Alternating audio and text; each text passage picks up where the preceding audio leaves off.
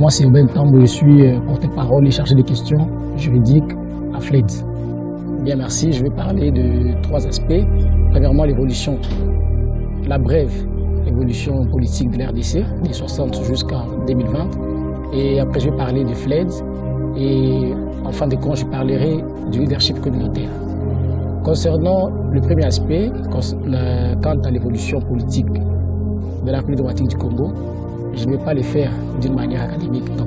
Je vais juste prendre des grands points. En effet, des 60 jusqu'à 2020, nous sommes à la 3e République. La première, elle a commencé avec Kasavubu, Lumumba, Premier ministre, Mobutu et tout cela. Et elle a fini par un chaos total. Un chaos, pourquoi? Puisque Mobutu, déjà en 1965, il a fait un coup d'État, une révolution, et a pris le pouvoir. Il a pris le pouvoir, oui, 32 ans après, rien n'est fait au pays, au Zaïre, tout sombré. Également, il y a eu, en 1994, il y a déjà cette chaleur de guerre. Il y a eu le président Laurent Désiré Kabila, soutenu par plusieurs pays régionaux et occidentaux, qui a combattu des fusils jusqu'à Kinshasa en prenant le pouvoir et ainsi chassé les dictateurs Mobutu. Lui également, avec son mouvement AFDEL, ils ont continué jusqu'à 2001, c'est le 16 janvier, où le président José Kabila a été assassiné. Donc de la période de 60 jusqu'en 2001, il y avait toujours des crises. Il y a Mobutu qui a pris le pouvoir. Toujours la crise, il y a Kabila aussi qui a pris. C'était une énorme crise et vous savez la conséquence, c'est qu'il y a eu autant de morts avec le RCD et autant de morts de cette période d'AFDEL jusqu'en 2001 et 2003. Arrivé en 2001, il y a le jeune président Kabila qui a pris le pouvoir. Lui aussi, il a pris, mais dans quelles conditions? C'était de mauvaises conditions. Pourquoi? Parce qu'il y avait, les pays étaient divisés entre plusieurs bastions. En effet, il y avait certains qui contrôlaient tel endroit et d'autres qui contrôlaient un tel autre endroit. C'est ainsi qu'ils ont fait un accord à Pretoria, accord global inclusif, où ils se sont partagés le pouvoir entre les différents belligérants et antagonistes. Et en 2003, il y a eu cette période de transition pour passer à la 3e République. Arrivé à la 3e République, en 2006, la République a tiré à la publication de la Constitution et ainsi, il a été élu. Donc, après Mobutu, le premier président à être élu, c'est lui. Lui aussi a continué jusqu'en 2011 et 2011, il a été réélu. Arrivé en 2018, en 2016, il y a aussi cette crise où il n'a pas voulu aussi laisser le pouvoir. Donc, si nous comprenons que, et à partir de Kabila et on redescend encore en 1960, c'est toujours ça. Les gens ne font rien. Nos dirigeants ne fournissent aucun effort pour pouvoir passer de l'état de pauvreté extrême à cet état moderne et voire un état émergent. C'est en quelque sorte, et puis il y a eu après lui, il y a eu le président Tshisekedi. Donc si il s'agit de résumer, c'est-à-dire pour les 3 républiques, la conséquence c'est que tous ont sombré dans les chaos total. La preuve, c'est qu'il y a des guerres par-ci par-là, il y a la famine qui gangrène, il y a la pauvreté, et ainsi de suite. Il y a même les droits fondamentaux qui sont bafoués concernant tous ces dirigeants qui se sont succédés à la chaise. Donc ça fait cela. Alors, sans pour autant tarder, je vais parler de FLEDS. Comment est né FLEDS? En 1996, là déjà nous étions avec l'AFDEL, nous avons créé une association dénommée Union des jeunes intègres, UDI. L'association visait beaucoup plus à la sensibilisation. Partisans de la non-violence, nous avons sensibilisé massivement les jeunes à ne pas pouvoir adhérer dans ce mouvement AFDEL. Pourquoi? Parce qu'on n'a pas voulu rétablir la paix après la dictature par une effusion des sangs. On n'a pas voulu. On a voulu aborder d'une autre manière par la voie de réconciliation et des négociations. C'est ainsi que nous avons milité activement, surtout dans la partie est de l'RDC, avec notre mouvement UDI. Toutefois, avec l'évolution des temps, il y a une nécessité de pouvoir ajouter d'autres domaines à UDI. C'est ainsi qu'on est passé de UDI à ILCA. Et les domaines ajoutés, ou les champs d'action ajoutés à UDI, c'est comme la santé, l'éducation, l'habitat, microfinance, etc. C'est ainsi qu'on a passé de UDI, Union des jeunes intègres, à ILCA. Et avec ILCA, en fait, c'est une association, oui, qui est basée ici en République démocratique du Congo, en 3 provinces. Il y a un bureau de représentation à Bukavu qui contrôle la partie est du pays et la partie de l'est, Afrique. Il y a à Kinshasa un bureau de représentation à Kinshasa. Ça prend la partie ouest du pays et la partie occidentale de l'Afrique. Un autre bureau se situe à Lyon, en France, qui prend la partie continentale, excepté l'Afrique, puisqu'en Afrique, nous savons déjà il y a 2 bureaux. C'est ainsi que l'ILCA est représenté au niveau tant de l'Afrique, du pays et du monde. ILCA a plusieurs domaines ou champs d'action que j'ai cités tout à l'heure. Et parmi ces domaines, nous avons augmenté un autre. Nous avons constaté qu'il y a eu plusieurs mouvements citoyens qui naissent jour le jour. Et pour éviter qu'il y ait une cacophonie, parce que bien évidemment nous l'avons remarqué, vous voyez certains mouvements qui naissent sans avoir des objectifs clés, des mouvements qui militent juste pour avoir des postes. Nous avons dit non, nous en tant que jeunes intègres, nous en tant que jeunes dévoués à pouvoir changer le pays, à pouvoir changer la gestion même des affaires publiques, nous sommes dit de créer aussi au sein de ILCA notre mouvement citoyen. Contrairement à d'autres mouvements citoyens, le mouvement FLED, Force Libre, engagé pour l'emploi et le développement, travaillera de manière différente. En fait, qu'est-ce qui se passera? Nous, on ne va pas commencer à aller dans la rue, on ne va pas commencer à payer des gens pour... Non, nous on va changer. Nous, ce n'est pas ça. Nous, on va passer à l'étape de la réconciliation, on va passer à l'étape de la négociation avec les gens, on va passer à l'étape du dialogue direct entre les gouvernants et les gouvernés. C'est ainsi que FLED va pouvoir booster les choses et nous sommes sûrs qu'avec l'accompagnement de la jeunesse, on va changer. En fait, l'objectif fondamental même de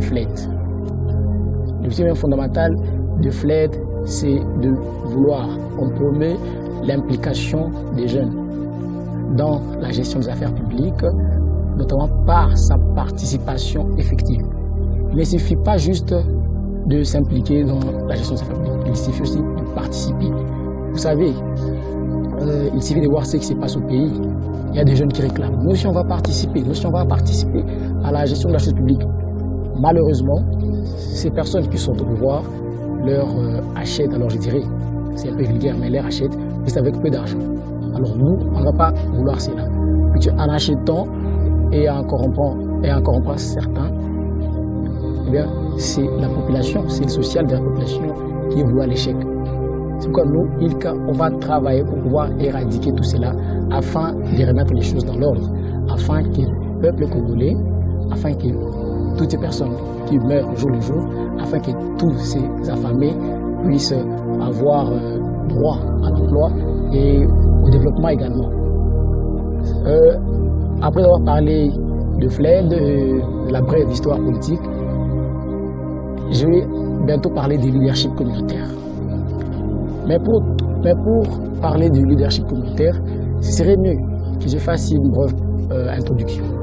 En effet, le progrès de la société, le développement, le bien-être, voire vivre une vie épanouie et paisible sont là en quelque sorte de profondes aspirations inhérentes et légitimes des hommes. Il y a un philosophe grec, Dion d'Aristote, qu'est-ce qu'il a dit? L'homme est un animal social. Et affirmer que l'homme est un animal social revient à dire que ce dernier est condamné à vivre en société avec ses semblables. C'est ainsi qu'en vivant en société avec ses semblables, l'homme pour vivre fait appel à différents besoins, notamment le besoin de manger, etc. Plusieurs besoins. Et pour paraphraser Socrate, c'est un philosophe que je partage beaucoup son idée, il a dit que l'homme est primitivement un être des besoins. Alors, toutefois, les besoins étant d'un ordre infini, moi, j'aimerais me focaliser sur quelques-uns des besoins fondamentaux. C'est le cas de la nourriture, de l'habillement, de l'abri, de l'eau, l'éducation, les équipements d'hygiène et soins de santé. Alors, revenons à ce que j'ai dit tantôt, les besoins sont multiples. Et de ce fait, en satisfaisant un besoin, il y a un autre qui se crée. Et l'homme également sur Terre, il est toujours à la quête d'atteindre un niveau adéquat pour son épanouissement, un état donc de satisfaction. Bref, de changer une situation au cours de l'histoire, soit pour la modifier carrément si elle lui obstrue, soit pour la performer davantage. Et en poursuivant cet état de satisfaction, il y a ceux-là qui atteignent sûrement, il y a ceux-là qui atteignent cet état de satisfaction quasiment, et il y a ceux-là qui ne l'atteignent pas. C'est comme ça que nous avons pu dénicher même l'origine des différentes classes sociales au sein de la société. Alors, la conséquence, c'est que ceux qui atteignent quasiment seront moins riches, et ceux qui n'atteignent pas seront pauvres, et ceux qui l'atteignent sûrement, on a les riches et les extrêmes riches. Et ainsi, vous allez remarquer qu'il y a déjà confrontation entre ces différentes classes, entre les pauvres, entre les riches et les extrêmes riches. Pourquoi?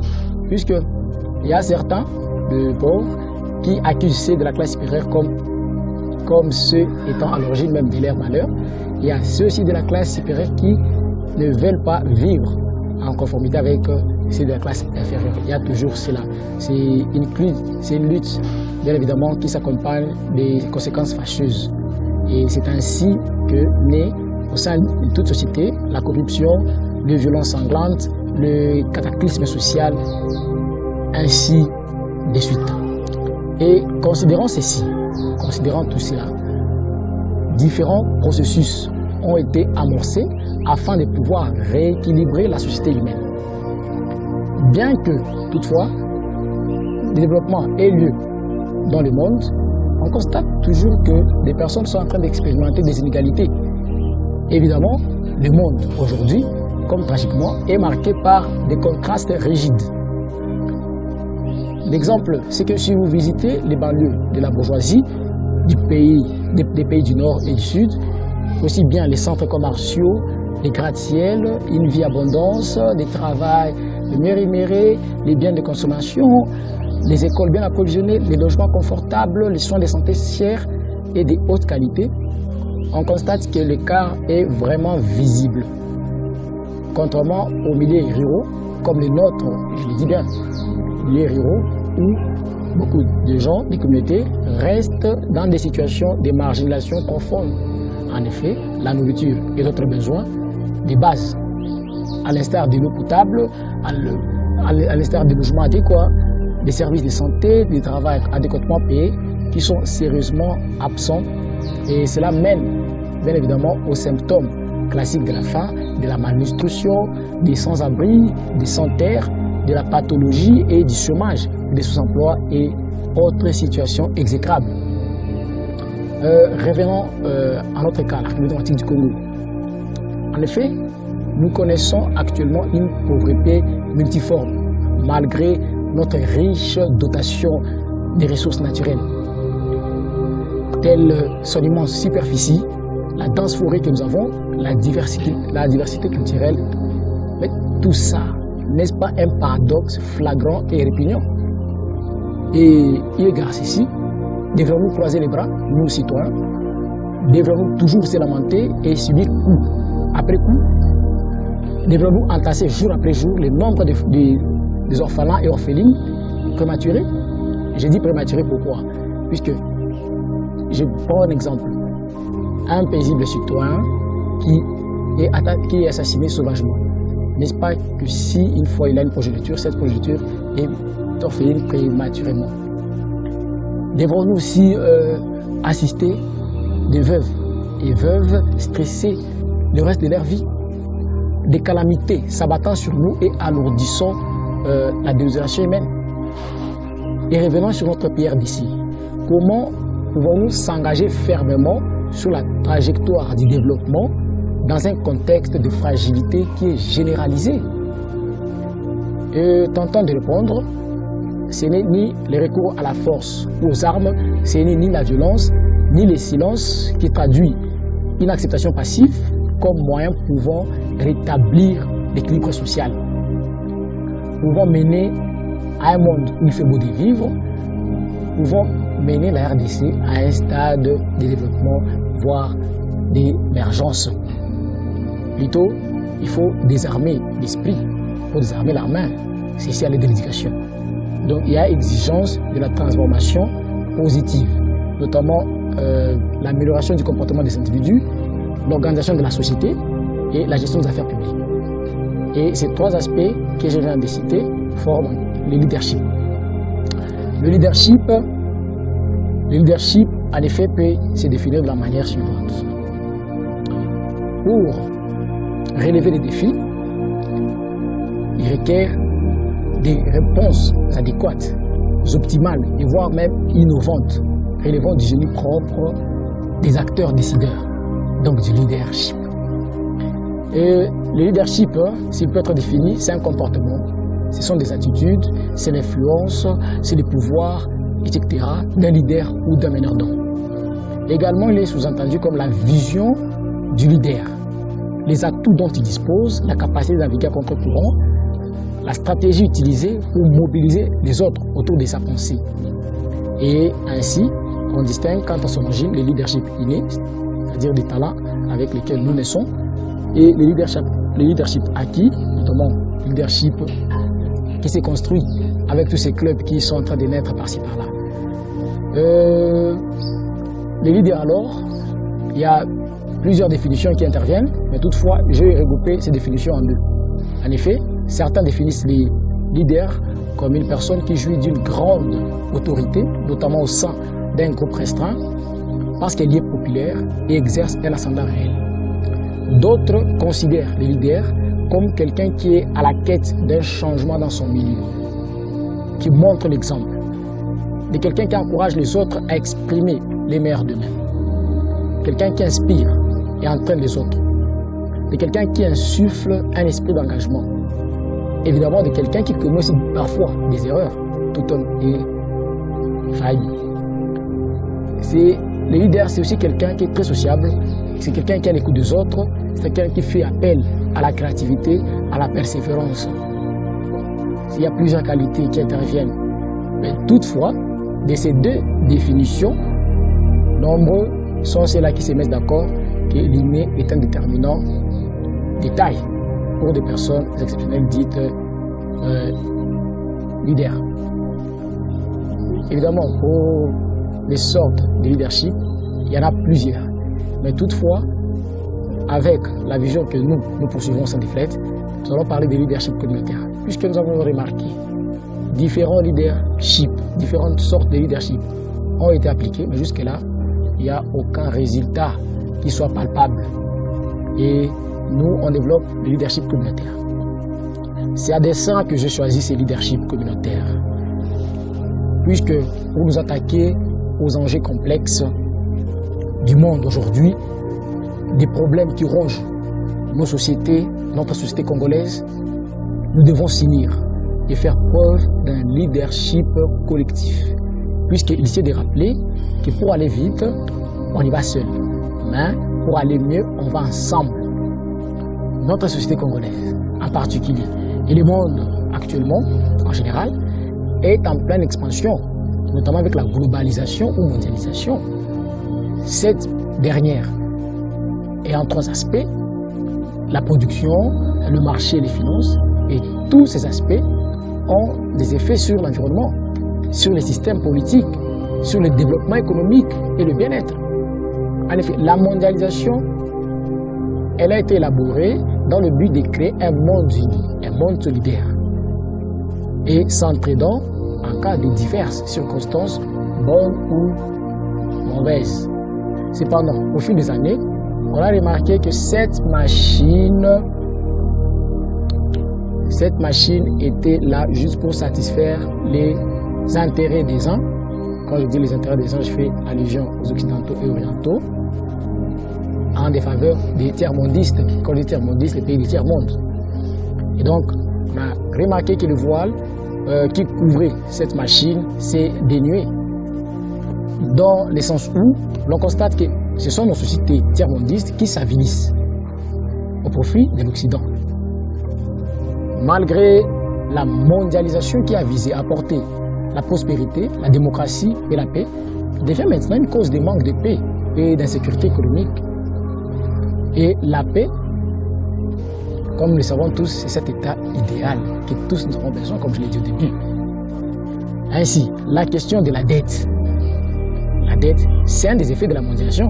En effet, l'argent est prêté aux pays pauvres qui fonctionnent seulement pour les remboursements des dettes et oublient les besoins fondamentaux de leurs citoyens.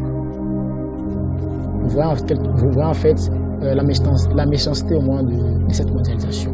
C'est pourquoi, si nous savons que la cause du malheur de la cité et partant de l'immoralité des citoyens est la désunion, tel est de l'autre côté, tel est de telle tribu, telle et telle ethnie, il est plus qu'impérieux pour couper les cordons ombilicaux du chaos dans la société humaine, précisément en RDC, de ménager nos efforts ensemble, de promouvoir le leadership communautaire.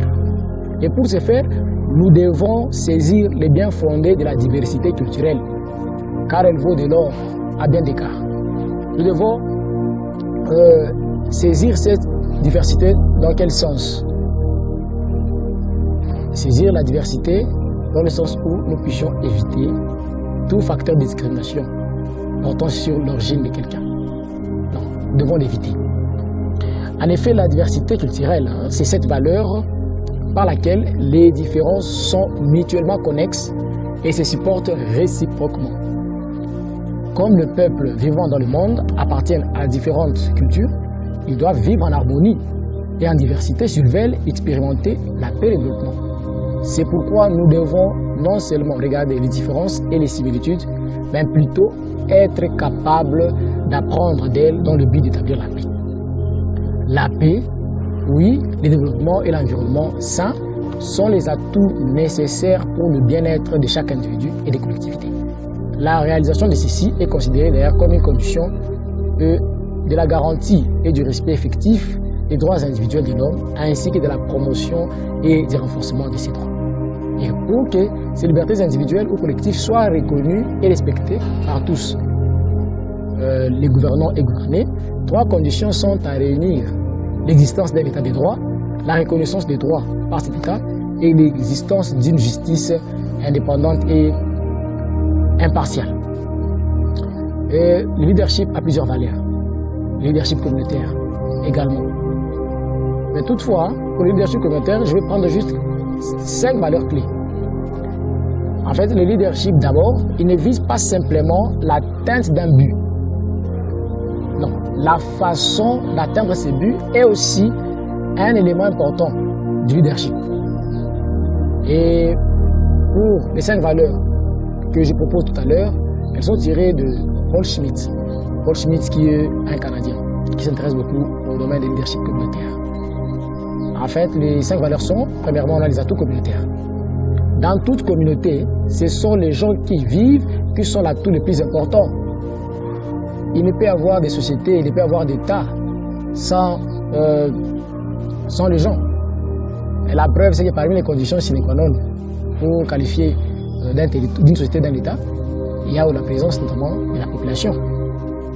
Ainsi, des relations transformatrices commencent lorsque nous comprenons que nous sommes tous des êtres ayant des forces et des faiblesses, qui aident d'autres gens ayant eux aussi leurs forces et leurs faiblesses. Nous ne pensons plus en termes de nous et d'eux, mais nous axons nos efforts sur la collaboration avec la communauté et non pour la communauté. D'ailleurs, à ce stade, l'arrestation de Nelson Mandela serait plus suscitant quand il dit dans la vraie vie, nous n'avons pas affaire à des dieux, mais à des hommes et des femmes ordinaires qui nous ressemblent. Des êtres humains avec leurs contradictions, stables et versatiles, forts et faibles, bons et ignobles, des gens dans les sangs desquels, il poursuit, les vers se battent tout le jour contre des puissants pesticides. Et c'est d'ailleurs la raison pour laquelle la notion du leadership charismatique n'est pas vraiment efficace. C'est ce qu'on a remarqué en RDC des 60 jusqu'à maintenant. Il y a quelqu'un qui se dit, moi je suis charismatique, c'est quelqu'un qui veut imposer sa vision aux autres. C'est quelqu'un qui ne veut pas travailler avec sa communauté. Et c'est pourquoi on a dit que ce n'est pas un leadership qui est efficace. Puisque le charisme entendu comme la qualité d'exercer un ascendant une autorité sur un groupe donné des personnes, évidemment, c'est nécessaire le leadership, mais cela bascule le plus souvent dans le narcissisme qui est un proche voisin de moi ou rien. Après moi, c'est le déluge. Nous l'avons entendu avec le président Mobutu. Après moi, c'est le déluge. Comment une personne peut le dire? Une seule personne, vous remarquez, avec 80 millions. Quand il dit après moi, c'est le déluge. C'est pourquoi c'est mieux de pouvoir travailler ensemble. Et pour travailler ensemble, la première valeur, c'est saisir l'opportunité des atouts communautaires. La deuxième valeur, ça concerne la diversité et l'inclusion. En effet, prendre des mesures pour s'assurer que tous les atouts soient présents et respectés autour de la table. Premièrement, on a les atouts communautaires. Toi, tu es de tel endroit, toi, tu es de tel, on profite de cet atout. La deuxième valeur consiste en la diversité et l'inclusion. C'est-à-dire prendre des mesures pour s'assurer que tous les atouts soient présents et respectés autour de la table. Nous devons extirper au sein de notre milieu des facteurs de discrimination. Et par-dessus tout, tous les hommes sont égaux en dignité et en droit. Et ainsi, quelques pratiques ou attitudes et comportements favorables sont les suivants. La salutation, l'humilité, la solidarité, la coopération, la tolérance, la justice, le respect de l'autre, la convivialité, le sens du consensus, la politesse, le sens du partage sont là en quelque sorte deux attitudes qu'on doit prendre afin de favoriser l'inclusion. La troisième valeur, c'est la collaboration. En fait, la collaboration, c'est le fruit de confiance qui respecte les styles et talents particuliers de chacun. Les leaders ne font pas que travailler avec les gens, ils prennent le temps de les connaître, même dans le cadre d'une bonne collaboration. Il y aura des conflits, mais si la confiance règne, ces différends peuvent être sains, constructifs et transformateurs. Et la quatrième valeur, c'est l'apprentissage continu. Il est essentiel que les leaders continuent à se développer et reconnaissent leurs propres défis et faiblesses. Il est important de réfléchir, de demander une rétroaction et de s'appuyer sur la sagesse des autres. La cinquième valeur, c'est l'intégrité. L'intégrité consiste à ne pas transiger dans le but que l'on s'est fixé. Voilà en quelque sorte le leadership communautaire. Si nous voulons que nous puissions quitter ces stades dans lesquels nous sommes en train de sombrer nos Congolais, nous devons adopter le leadership communautaire. Je rêve de ce monde, je rêve de ce Congo où toutes les ethnies ou les différentes tribus se mettent d'accord sur une même table et développent notre pays. L'exemple le plus frappant, c'est qu'un pays comme la Chine, oui, c'est un pays grand. Également, c'est un pays grand avec une très grande diversité de gens. Vous imaginez une population qui est estimée à 1 milliard, c'est beaucoup. Mais pourquoi est-ce qu'avec ces milliards de personnes, il n'y a pas eu de discrimination quant à l'origine, quant à l'ethnie des Chinois? On a tous l'impression qu'en Chine, il n'y a pas de tribus. On a tous l'impression qu'en Chine, il n'y a pas d'ethnie. Alors pour un pays aussi minime, c'est vrai que c'est un pays grand par rapport à d'autres pays quant à la superficie, mais contrairement à la Chine, c'est un pays minime. Nous avons quelques 80 millions ou sinon 90 millions d'habitants. Mais pourquoi toujours il y a ces fléaux de discrimination? Pourquoi il y a toujours ces fléaux qui gangrènent encore notre société? Jusqu'à quand nous, on doit continuer ainsi? C'est en quelque sorte les petits mots que j'avais à passer à vous, très chers invités, et aux téléspectateurs évidemment, et également à la jeunesse, que l'on puisse quitter ces stades, qu'on ne puisse pas accompagner des gens, des leaders charismatiques, non, qu'on accompagne plutôt les leaders communautaires, qu'ensemble nous puissions se joindre et voir ce qu'il faut faire. C'est vrai, de Mobutu jusqu'à présent, on a l'impression qu'on accompagne toujours celui qui est au pouvoir.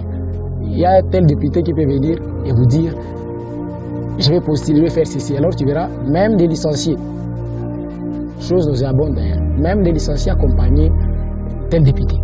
Et à la fin des comptes, à la fin de la législature, rien n'est fait de concret. Alors jusqu'à quand? C'est pourquoi nous devons abandonner toutes ces sortes de leadership. Nous devons quitter l'ignorance. D'ailleurs, même Dieu a dit, mon peuple périt, c'est par manque de savoir, c'est par ignorance que mon peuple périt. Alors c'est pourquoi j'invite tout le monde à venir participer ensemble avec nous, la jeunesse, au sein de notre mouvement citoyen FLED, pour que nous puissions booster le développement. Merci.